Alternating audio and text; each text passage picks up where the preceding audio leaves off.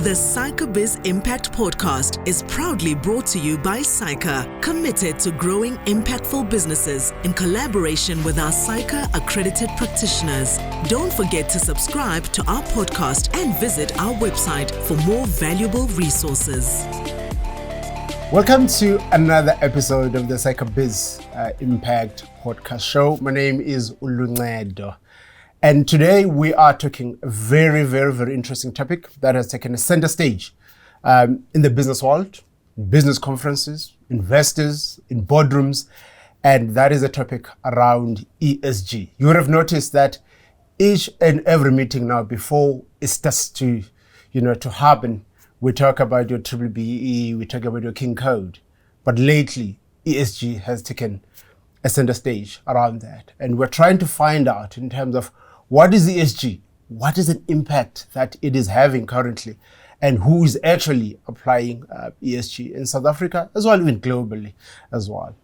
And today we have a very perfect guest to actually assist us to unpack that particular topic. And that is Charmel Flemming. Hello. Hello. How are you doing? Good, and you? Great. Ladies and gentlemen, Charmel, maybe just to give them a brief bio in terms of who is Charmel Flemming. She is a CASA.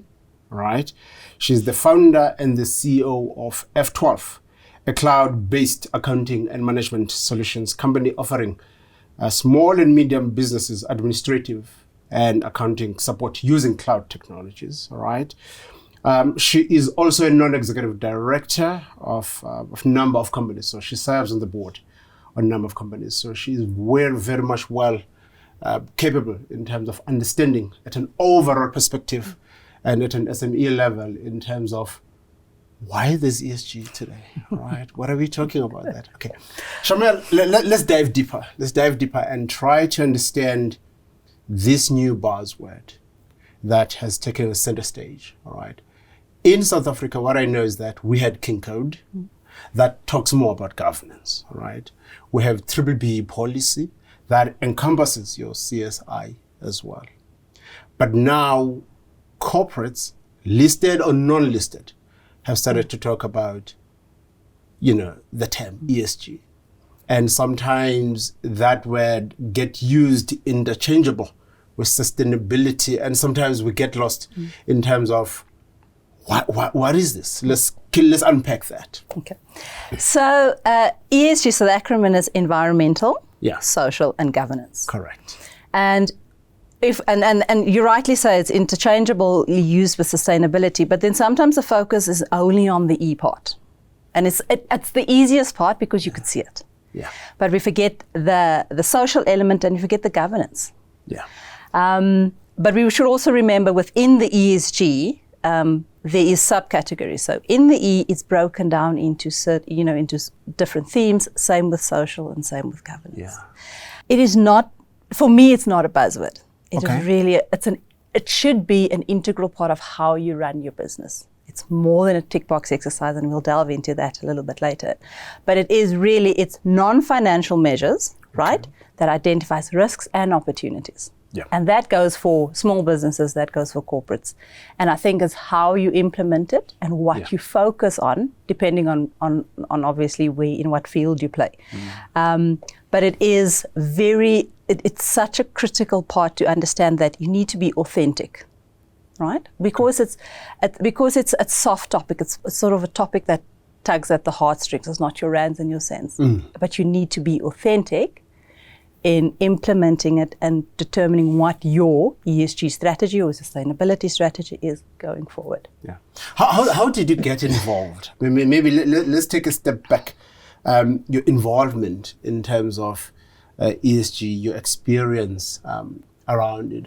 How did you get involved to understand the topic? What's your background around it? So, as part of a non-executive, the focus grew more and more on an ESG level. Yeah.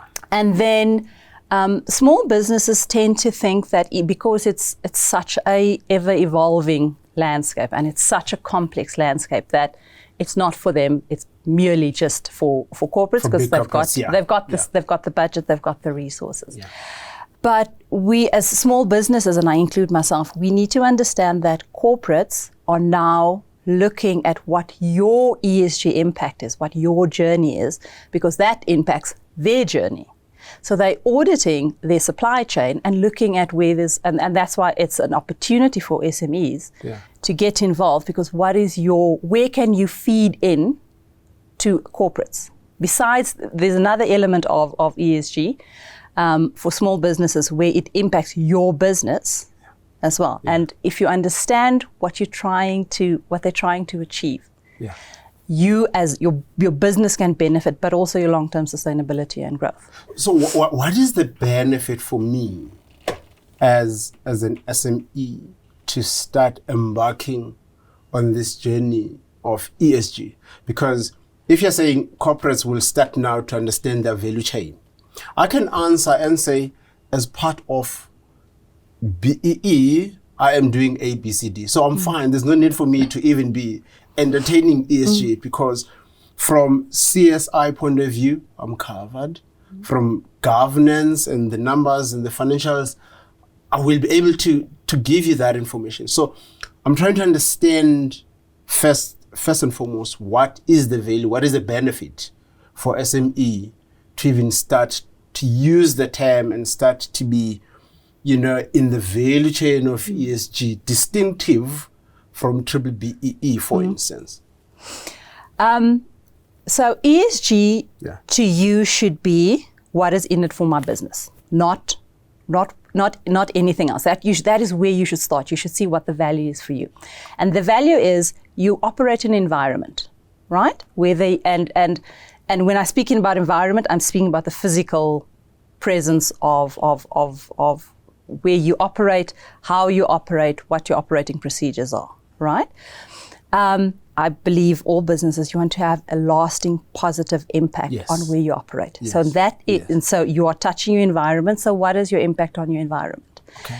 And the less impact you can have, the more impact that has on your business, but also the greater community that you operate in. Yeah. And if we have a look at the social element within the ESG for a small business, when I sit on boards, right? When I started, a big part of it for me was we are a bunch of accountants, a bunch of CAs. We all got the same training. What differentiates me from someone else? And that's when I learned the value of diversity, equality, and inclusivity, because you come with a different mindset. And that's what the S element brings into your business, is you need to have a look at what is your social impact. And it's more than just what can you do for your community. Okay. If that community buys into your business, there's a saying that I've heard that says the value of your business is the value of your tribe. Okay. So it is so important to then understand what, in terms of your social aspect, is what you bring to the party for your business, for the community that you operate in. And then governance is exactly just that, is making sure your business is operated in such a manner that people want to partner with you. So it's really, what is the benefit for my business? Yeah. And then you've got to be very specific. I mean, there's so many different elements you can focus on, but you need to focus on what's important for your business and what can benefit you the most. Yeah. There is definitely a element of ESG fatigue setting in, especially by the corporates. Yes. But as a small business, don't become overwhelmed. Yeah. Choose what is important to you and then measure it. Yeah. So I had a gentleman that reached out to us, and then the gentleman said they've developed a tool that will monitor your journey as an SME to be ESG compliant or ESG ready, right? Because of the fact that we've got a number of clients. And we reached out to most of the SMEs. And the question was really, okay, we will do this. We'll put our data there. We'll input our data. Then what? So you spoke about reporting, all right? That reporting for an SME, if I have to report my ESG journey, who am I reporting it to? Because for big companies, we know that it's for investors and everyone who reads. But from an SME point of view, who do I report to and what value do I get from disclosing that information, that I am doing good in my community, I am doing this? What value are they getting from that? So you must not ever do ESG for someone else. You mustn't do it for the reporting. You must do it for you, and you must do it for the benefit of your business. Okay, good. So if let's take a environmental example. Yes. You cannot manage what you cannot measure, and that's exactly where that tool comes in. So don't think about it as ESG for someone else. It's ESG for my business, and what can I get out of it? All right. So identify, like I said, remember there's such an ever-changing landscape. So identify what is important for you, where you think you can make an impact, and then measure it. And remember, you can measure and you can have all that data points, but unless you use that information, it's just data you've created. Yeah. It's not, you've got to use that data in order to benefit your business. Yeah. So use the data, recalibrate, right? And then that's the benefit to you. So you want to be more efficient at using your environmental resources. Okay. You want to be smarter in involving the community. So and that's why I say we've got to make sure that ESG is specific to us and not for someone else. So if you're going to report, if you're going to start that journey, and start small. Don't try to eat an elephant in one bite. Eat it sort of bite by bite. But I think entrepreneurs and SMMEs needs to understand that it's not for someone else. It is for you as a business. Yeah. And that's why I said it needs to be an integrated part in your business, and you need to use all the elements with your ESG and with your brands and cents and your financials. Could you just imagine the business you can build and just the resilience that you can build up with that information? Yeah. So you spoke also about reporting, compliance. Now let's talk about the regulation around that. Is ESG regulated? Because now, if something is regulated, there are consequences. Let's triple B, for instance. The consequences if you don't comply. All right. Now with ESG, compliance around that, we know globally how it is viewed. Right? Do we have a regulation that guides and that regulates in terms of how we should go about? That's almost a trick question. No, so there is no regulation. ESG is purely just, it's not compulsory. So you subscribe to it. And also it depends on what you want to subscribe to. Yeah. You'll have different industries sort of promoting different frameworks and standards, but there is no specific regulation. I know there is talk about moving it into a field where there is one regulatory body. I think we're quite a long way off from that. Mm-hmm. But simply because it's not regulated doesn't mean that we need to identify the opportunity that exists currently. So no, unfortunately, there's no one global standard for ESG, and there's no regulation yet. Okay. So for funding point of view, if I produce a report that I am ESG up to date, are there benefits from funding point of view that can I go to any funder or invest and say, look, if you fund my business, right, you are funding a business that has very good ESG impact out there? So yes, there are funders out there that currently in South Africa, in South Africa and globally that specifically looks at what your environmental impact is. I think we're a bit off on the S element, simply because it's easier. The environment I see, I can touch, I can feel. Where the social element sort of tugs at the heartstrings. So there are funders out there that focuses on what your impact is in terms of environment. They do also have a look at the community, and they will then ask you, what is your ESG, sort of what's your strategy, what you've been doing, and that's where the reporting becomes important. But I think we need to just be aware that when you do the reporting, it's easy to say, well, I've saved this amount of electricity and I've done that. I think we need, and that's when I said you need to be authentic about it. If you're going to report, make sure that you are able to substantiate what you've said. Evidence, and make sure that don't make lofty promises.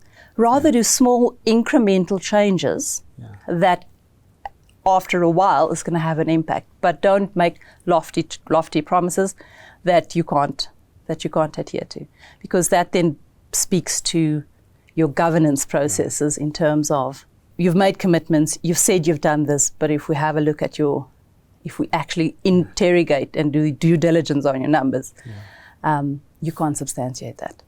Let's talk about, you talk about reporting, let's talk about the standards that are out there that SMEs should be aware of. What are the standards? What are the reporting mechanisms that are out there? Because other people don't even know how to report, right? If you can just share light around what are the reporting tools that are there, or the standards that business owners can use out there?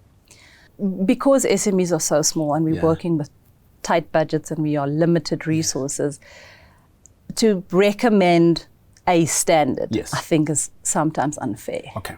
Simply because we just don't have the people, we don't have the capacity, we don't have the budget to go into that. Yeah. I think we need to, when you have the conversation about your ESG journey, is to be authentic. Right. If you are, so let's take it for an example. I'm a corporate. Yeah. I've got exactly the same 2 products with 2 different suppliers, same costing, yet the one has a ESG strategy, it has a journey that they can communicate to us. As a corporate, what do I go with? I go with the one that's got the story. Yeah. And it doesn't need to be in the same format and the reporting that me as a corporate have to adhere to, or though that I've subscribed to. But if I can verify what you've put in, I can automatically slot you into my value chain. Yeah. So, and I keep on coming back to us, we need to be intentional about what we focus on and make sure that benefits us. Sometimes I'm a bit selfish and like, what is in it for me? First and foremost. Yes. Because at the end of it, I'm thinking about the cost versus the benefit. Yeah. Me having a strategy in place, right? I'll pay a consultant to do that. And what is the benefit after? No, you do understand? So I'm going around the cost versus the benefit so that a person who's listening to this can be able to understand that the cost for this, there's no cost that much, or there is a cost up to a certain level. But the benefit, the upside on this is extremely, extremely good, or it basically just doesn't make sense to invest in it. But take me through that journey. How do you, as a business or as a corporate, how do you get into that journey now of becoming ESG compliant? What do you have to do? Just give me a practical example in terms of that roadmap, in terms of how it looks like. So sometimes we always look outside of our companies. The people that knows your business the best is the people that's inside. We as entrepreneurs need to encourage, and so remember I said we need to take small steps in terms of our ESG journey. Have a conversation with the people around in your business to say, we have decided to embark on an ESG journey. Let's have a look at environmental. Yeah. And within environmental, let's have a look at our disposal, our wastage, right? So that would be our focus. Yeah. We would be surprised at the number of suggestions that we have from our staff that can benefit because they work with it on a daily basis. So from a practical example, sit around the table with your team, have the conversation, explain to them why we are doing it, the benefit to the company, to them, and then the upside in terms of where we want to fit into a bigger supply chain of a corporate. And then start tracking. You can't manage what you can't measure. Yep. And then start measuring. It is not necessarily that you need to get a consultant just yet. If you are aware of your business operates and you convinced that it's optimally structured, then have a look at getting a consultant in, but then understand what the consultant needs to do. Yeah. Are they coming in to advise you on your process? Are they coming in to advise you on how to manage, to measure and do the reporting? Yeah. And is there not an element of where you, as a management team, can sit and say, let's take robots. Yeah. What's working, what's not working. I think we shouldn't overcomplicate. And one thing I come back to is again, don't get overwhelmed by the volume of information and reporting that is out there at the moment. Yes. So monitoring then becomes, because you'll need resources to populate all of that information to be able to report. The impact that it has now on your bottom line and your brand as a corporate or as an SME. Okay. Let's first look at your bottom line. Yeah. So remember, part of ESG is to limit your wastage, right? So if you can eliminate wastage within your process, your margins are systematically going to increase. So there is definite benefit within the rands and cents, within the financials that there is, and I think that is that's good. That's an added benefit to it. Yeah. And then let's look at your brand. Yes. As employers, we always vet our employees, right? Correct. We are moving into a space where employees goes, so can you tell me what your ESG journey is? What is your strategy around it? How do you impact your environment and how you impact? So it goes to employee retention and attraction. Okay. It also goes to customer loyalty. So if a customer trusts your brand and they attach your values is aligned to their values. The loyalty is there. Yeah. We are, and it's going to take a while in developing countries where customers are going to start dictating what they want from you. Sure. So there's going to be customer, and I think you don't want to be at that stage where the customers are demanding change and you're resistant to the change because you haven't sort of test drove what changes you can make. So we need to understand that customers are going to start asking that question. Can I dive deeper on that? Because I've been debating actually with lots of consumers, right? In terms of buying locally made products and imports, right? And most consumers will tell you that all we care about is the cost. Which one is cheaper? Then I'm happy with that. In terms of the fact that it's locally produced or anything like that, it's more expensive. So rather go and actually buy a good that is imported. That is cheaper. Right? Now you're talking about consumers that are very much aware of the impact that some of the goods that have environmentally. So what is the state of our consumerism in South Africa? Okay. Are we very much aware or conscious about all of these goods that we buy, or else those are the demands that are coming from the first world countries? So we have to acknowledge our realities in South Africa. It is about what is it cost and how does it hit my bottom line. I'm also a strong proponent of buying local. Good. But there is a cost element attached to it. Yes. So we are in South Africa, developing countries. We aren't there yet, and it's going to take us a while, where you have first of all developed countries where that is important. Yes. If I cannot see what your carbon impact is, if I cannot see where if it's not locally produced, I'm simply not going to support you, and you're going to lose money. Yeah. Unfortunately, in South Africa, we aren't at that stage yet, where our consumers are going going to. They're still just feeling the bottom. Their pocket, what hits their pocket. Yeah. All that is important is cheaper. All right. Now let's talk about some of the misconceptions that are out there around this topic of ESG. Right. What are some of the misconceptions that you'd like to debunk, basically? For instance, I can talk about ESG is only for the listed entities. Right. It makes sense for them. Because the investors demand that, all right? But there's no consumer who demands that, all right? That's another misconception that is out there. So that's why SMEs, the uptake on SME is not is not that much.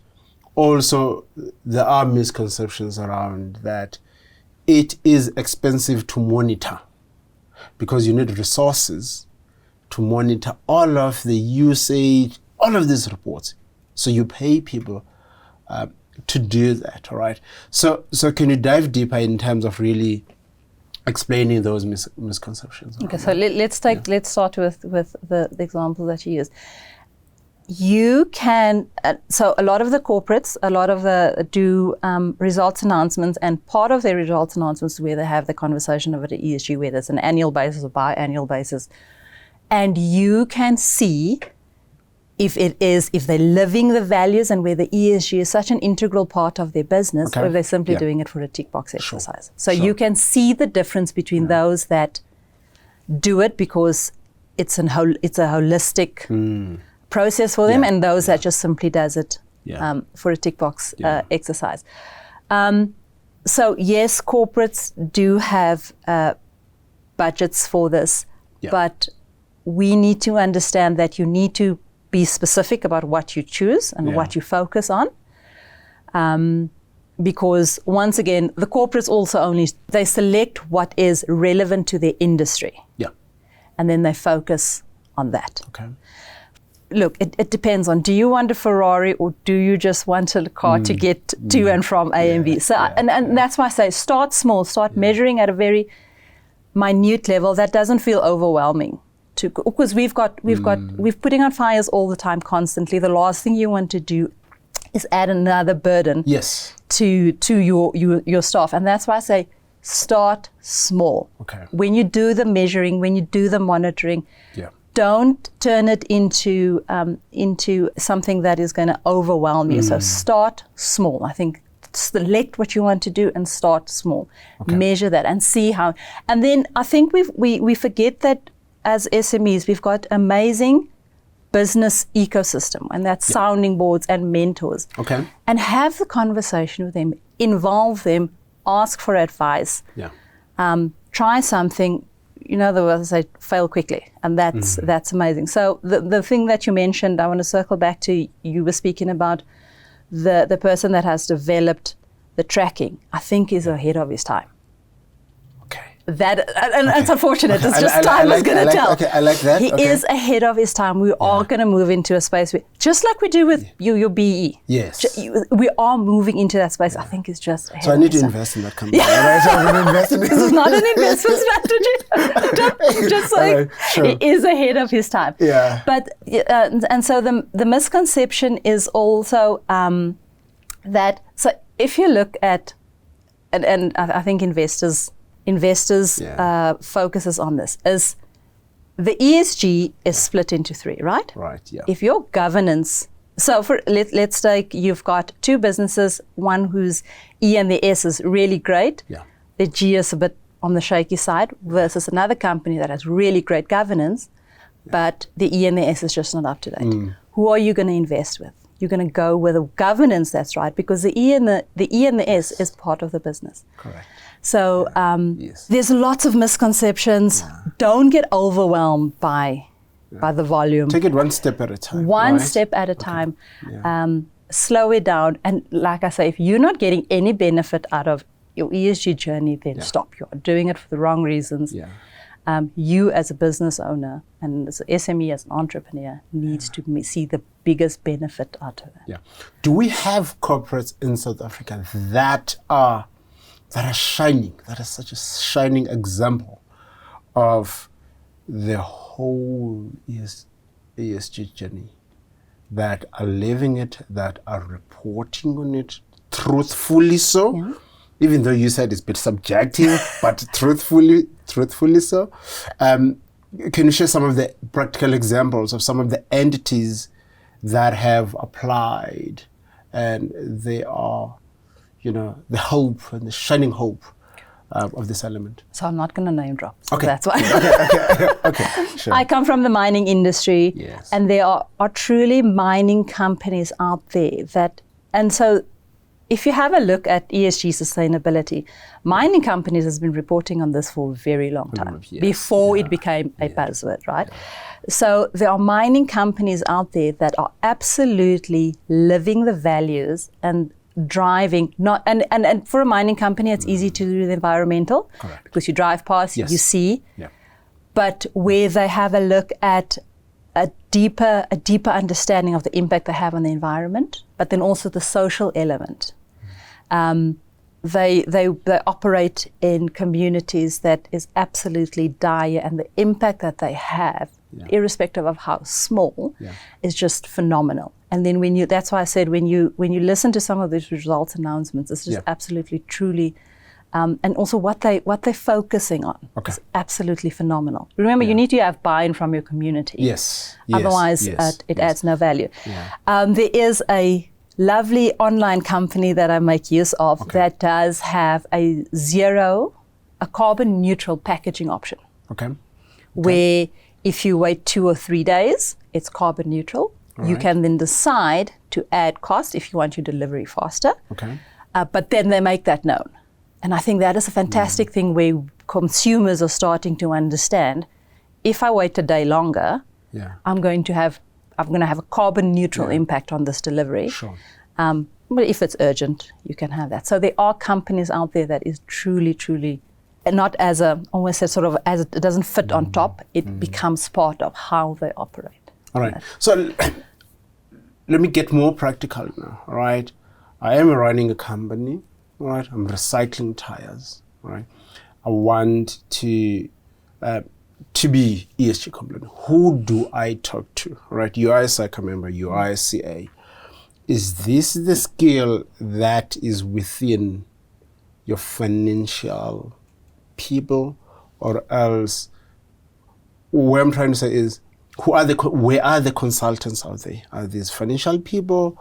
Who do I talk to as a business owner? Where do I go to be up to date in relation to my journey in my business? Yeah. So like I said, always start inside. A SAICA, a CA I've always believed we've got a very beneficial, in terms of our training, a very beneficial element. So we have the fortune to be involved in all aspects of the business. Yes. Internal audit, external audit, operational and strategic level. And that is exactly what ESG is. It's a holistic approach and an integrated approach. Okay. So start with your accountant. All right. Have that conversation to say, and it's not, so ESG is it's not a journey that you need to undertake by yourself. It's have the conversation. Sure. So have the conversation with your accountant. This is what we're looking at. What would you recommend? What reporting, what in data we've got? What do we have, data that we have at the moment that we can make use of before we go over and above? Okay.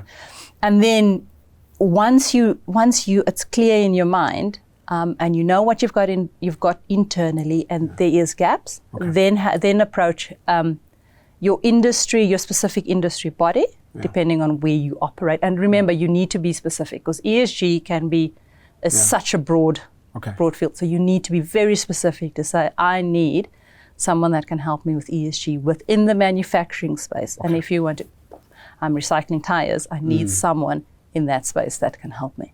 All right. Let's say I'm listening. I'm doing my articles, a company called Vantage Advisory, all right, or at F12, all right. Now, I hear you talking about ESG, and we can see, as we read, we can see the impact that it's starting to have in the business world. Now, which courses do I have to undertake to become well-skilled or accredited or certified? Is there something like that, so that I can decide that, okay, I'm going to be an ESG champion right now?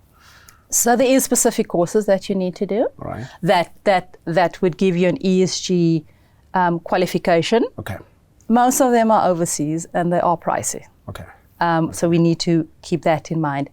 But we also need to be aware that those courses tend to focus on ESG in its totality. And like I said, ESG is such a broad space that you need to, if you wanted to be very specific, you would need to find, and so do your own due diligence on the specific course content. Okay. Don't just sign up to an ESG course. Okay.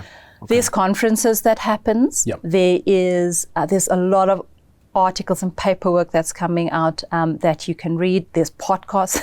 There's now podcasts on ESG. Besides this one, there's other podcasts that focuses just on ESG. Right, yeah. So there is really a lot, but experience also counts. Yeah. Accounts towards it. Like I say, ESG must be a holistic approach, and that really sometimes comes just with experience. All right.